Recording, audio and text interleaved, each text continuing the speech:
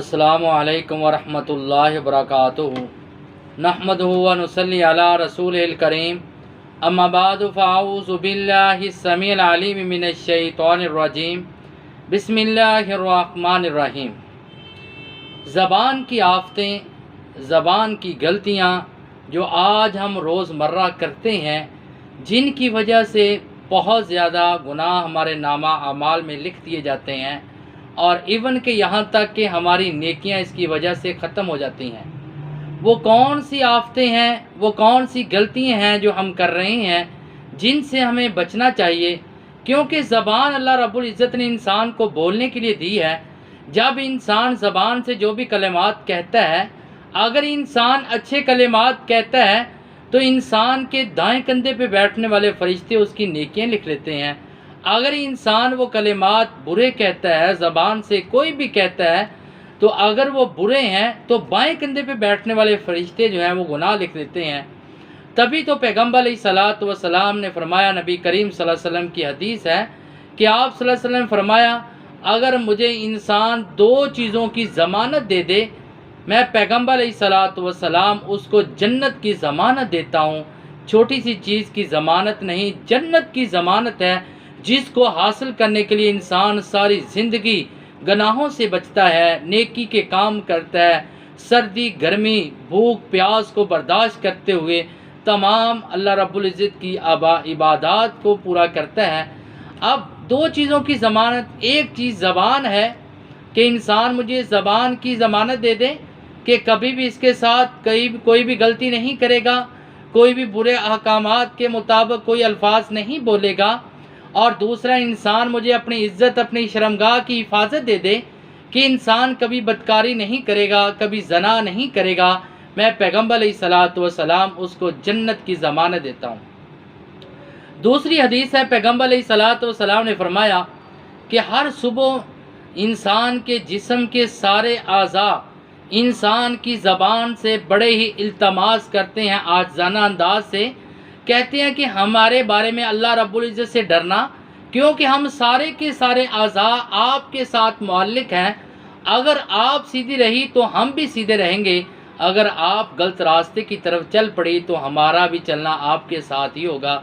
इस वजह से सारे के सारे आज़ा जो हैं ज़बान से नहायत ही आज़ाना अंदाज में इल्तमास करते हैं।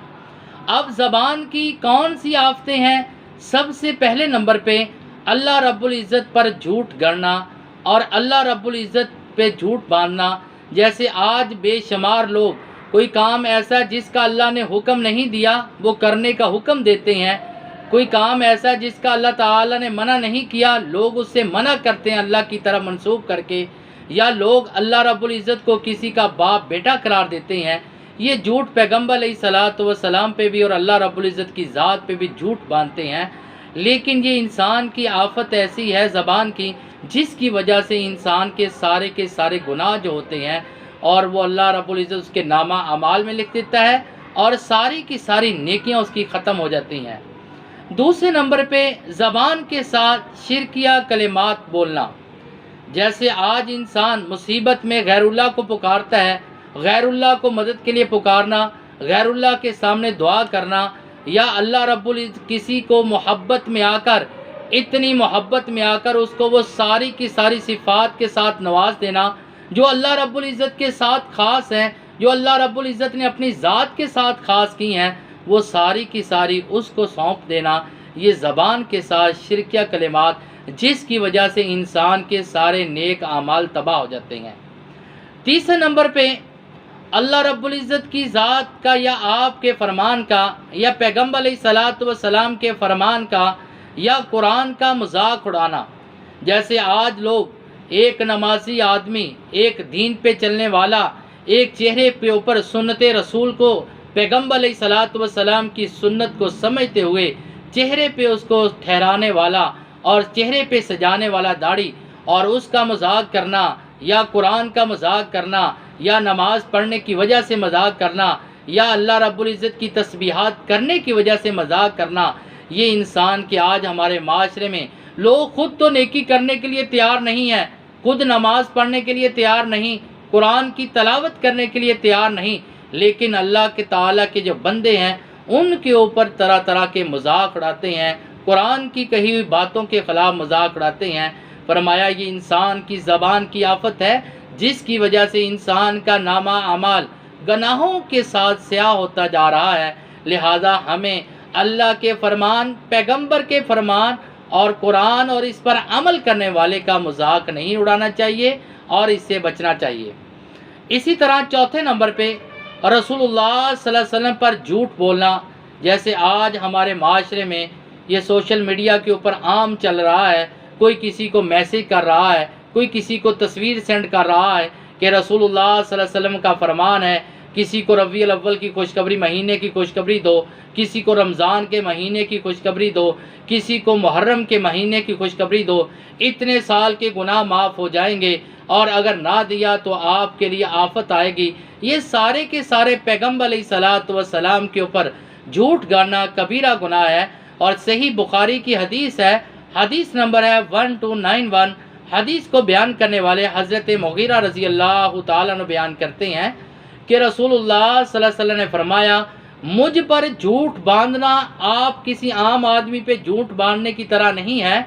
जो इंसान मुझ पर झूठ बांधता है और मैंने ऐसा नहीं कहा, उसका ठिकाना जहन्नम है। ऐसा आदमी जहन्नम में जाएगा जो पैगंबर अलैहिस्सलातु वस्सलाम पे झूठ करता है।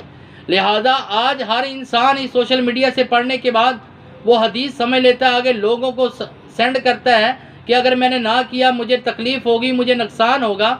ये पैगंबर अलैहिस्सलातु वस्सलाम पे झूठ गढ़ने वाला और झूठ बांधने वाला बजाय कुछ अजर व सवाब हासिल करने के, बल्कि उसका ठिकाना जहन्नम होगा। पाँचवें नंबर पे गैरुल्लाह की कसम खाना, जैसे पैगंबर अलैहिस्सलातु वस्सलाम ने फरमाया, सुनन अबी दाऊद की हदीस है, हदीस नंबर है 3248 कि रसूलुल्लाह सल्लल्लाहु अलैहि वसल्लम ने फरमाया, अपने अबवा अजदाद की और इसी तरह अपने अबवा अजदाद के अलावा अल्लाह के अलावा किसी की कसम ना खाओ। कसम खानी है तो सिर्फ अल्लाह की ज़ात की खाओ और कसम भी तब उठाओ जब आप सच्चे हो। लेकिन आज कोई इंसान कुरान की कसम खा रहा है, कोई बाप की कसम खा रहा है, कोई किसी के माँ की कसम खा रहा है, कोई किसी के सर की कसम खा रहा है। ये सारे की सारी ज़बान की आफतें हैं। ऐसी कस्में उठाने वाला गुनाहगार है, उसके नामा अमाल में गुनाह लिखा जाएगा। तो पैगंबर अलैहिस्सलातु वस्सलाम ने इससे मना किया कि अगर कसम खानी है सिर्फ अल्लाह की ज़ात की खानी है और कसम भी तब खानी है जब आप सच्चे हो। अमूमी गुफ्तगू में झूठ बोलना, याद रख लें, आप झूठ मजाक में बोलें, आप झूठ किसी भी सूरत बोलें, जब भी आप झूठ बोलते हैं आप संजीदा होकर बोलें या मजाक में बोलें, तो झूठ का गुनाह आपके नामा अमाल में लिख दिया जाता है। इस वजह से झूठ आज हमारी गुफ्तगू में आम हो चुका है। पैगंबर अलैहिस्सलातु वस्सलाम ने फरमाया कि सच बोलो, सच जो है इंसान की रहनुमाई जो है नेकी की तरफ करता है और नेकी इंसान को जन्नत में ले जाती है। झूठ जो है इंसान को गुनाह की तरफ रागिब करता है और गुनाह इंसान को दोज़ख में ले जाता है। इस वजह से हमें अपने अमूमी गुफ्तगू में झूठ नहीं बोलना चाहिए। ज़बान की ऐसी आफत है जिस वजह से हमारे नामा आमाल स्याह हो जाते हैं। और इसी तरह सातवें नंबर पे झूठी गवाही देना।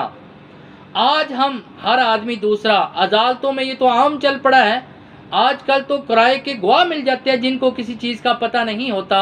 लोग किराए के गवाह हासिल कर लेते हैं, ख़रीद लेते हैं। लिहाजा झूठी गवाही देना ये बहुत बड़ा कबीरा गुनाह है।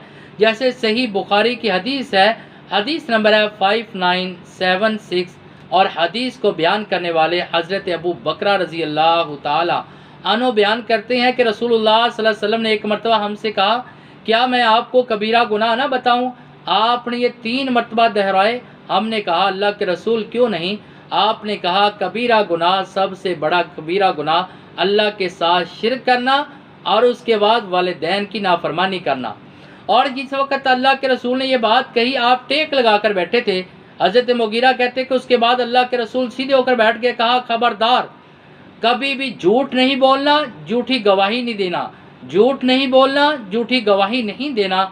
ये आपने सीधे होकर बैठकर और बहुत ही 2 मरतबा ये कलिमात दोहरा कर कहा कि ये इंसान को हलाकत में डाल देते हैं।